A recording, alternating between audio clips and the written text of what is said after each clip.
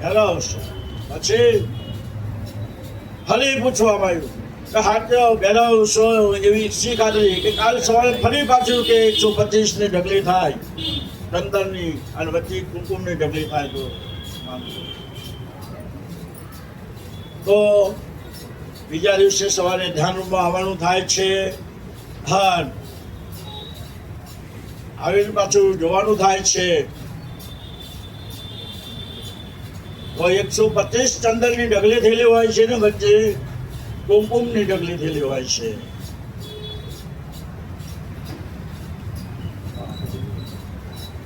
જણાવો તમે સત્ય છે ક્યાંથી આવ્યો છે મને ખબર નથી, શું કાર્યમાં આવ્યો છે ખબર નથી, કયા ભાવમાં છો એ ખબર નથી, મને કયા ભેળવ છો મને ખબર નથી. સાબુ શું હશે?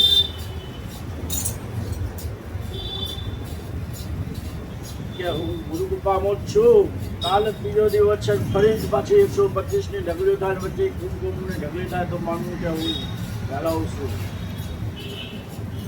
ત્રીજા દિવસે ફરી પાછું આવવાનું થયું અને જોવાનું થયું તો 125 ઢગલીઓ આ ચંદનની જે છે ને વચ્ચે એક ઢગલી કુમકુમની છે. આવું સતત 3 દિવસ બનતું રહ્યું. 3 દિવસ સતત બનતું રહ્યું, જાગૃત બનતું રહ્યું અને ભેળવ એ વાત જાગૃત બની. પૂજા કાર્ય તમે ભેળવ છે. ગુરુ કૃપાના ગોતમાં ભેળવની કાર્ય કરતી વિધિ છે. ગુરુ કૃપાના ગોકે ભેળવ સત્યમાં છે. 3 દિવસ સુધી પોતાની ઓળખાણ આપે છે એટલે ભેળવ સત્ય જ હોય.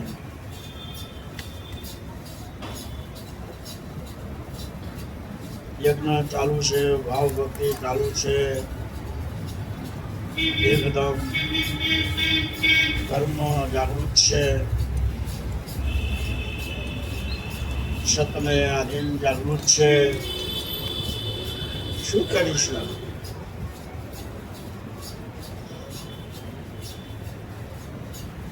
ભક્તિ કરતા સમય લેતા ભેરવ તો આવી ગયા છે. ભેરવનું નામ તો લેવું તો પડે ને. આપણે ભેરવની ભક્તિ કરતા હતા. જાગૃત જ્યોત રૂપ સ્વરૂપા બેઠેલી હોય એની પડખે ભેરવનું નામ આવતું હોય તો ભેરવને આપણે યાદ કરવા પડે છે અને ભેરવને યાદ કરતા તું હી ભેરવ છે, તું હી ભેરવ છે, તું હી ભેરવ છે. કયા ભેરવ છે ખબર નથી પણ તું હી ભેરવ છે. કાલ ભેરવ છે, બટુક ભેરવ છે, મણિભદ્ર ભેરવ છે પણ કયા ભેરવ છે? ભેરવ છે. તુહી ભેરવ જાગૃત બનતી હોય સમય લઈ અને બરોબર સમય આવે છે અને અવાજ કરે છે. ભેરવ એમ કે છે કે જુનાગઢ તું જા, જુનાગઢ તું જા, ભવનાથ મોજા, જુનાગઢ જા, ભવનાથ મોજા. અને ભવનાથની આગળ પેલું મારું ભેરવનું સ્થાન છે.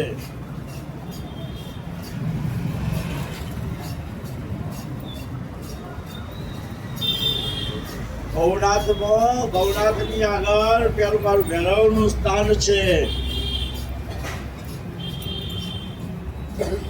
આજે સ્વરૂપ જાગૃત બની છે અને ચંડપાલ મારું નામ છે.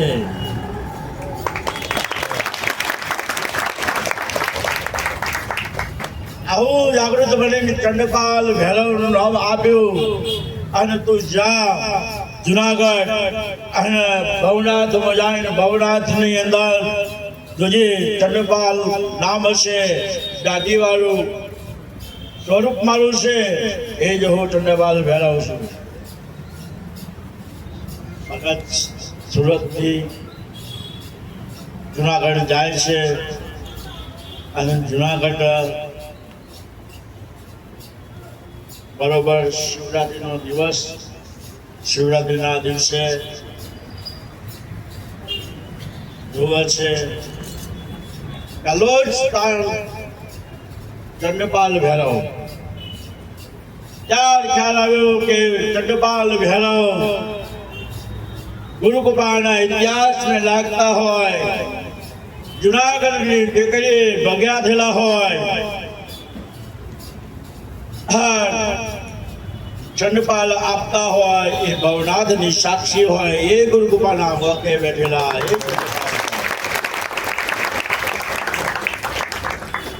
ધન્ય ધરા પ્રગટ થઈ છે કે ભૈરવ આપણા ભવનાથથી આયા છે.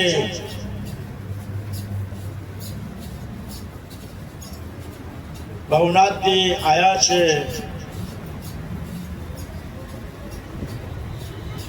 વિકલ્પ કલ્પ જાગૃત થયો.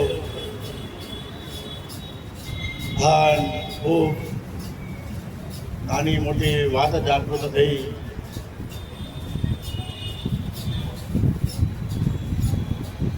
એવા સમયની અંદર ખૂબ આનંદ મેળવી લીધો. આનંદ મળતે મળતે મળતે એક શિવરાત્રી જતી રહી, બીજી જતી રહી, ત્રીજી જતી રહી, ચોથી જતી રહી. સમય લીધો હશે, સમય જાગૃત કર્યો છે. સમયના અભ્યાનથી એક સેવક અને સેવકના પ્રશ્નમાં એમ કીધું કે જો સેવા કરે છે ત્યાં આગળથી ભૈરવની મૂર્તિ નીકળશે, ભૈરવની મૂર્તિ નીકળશે.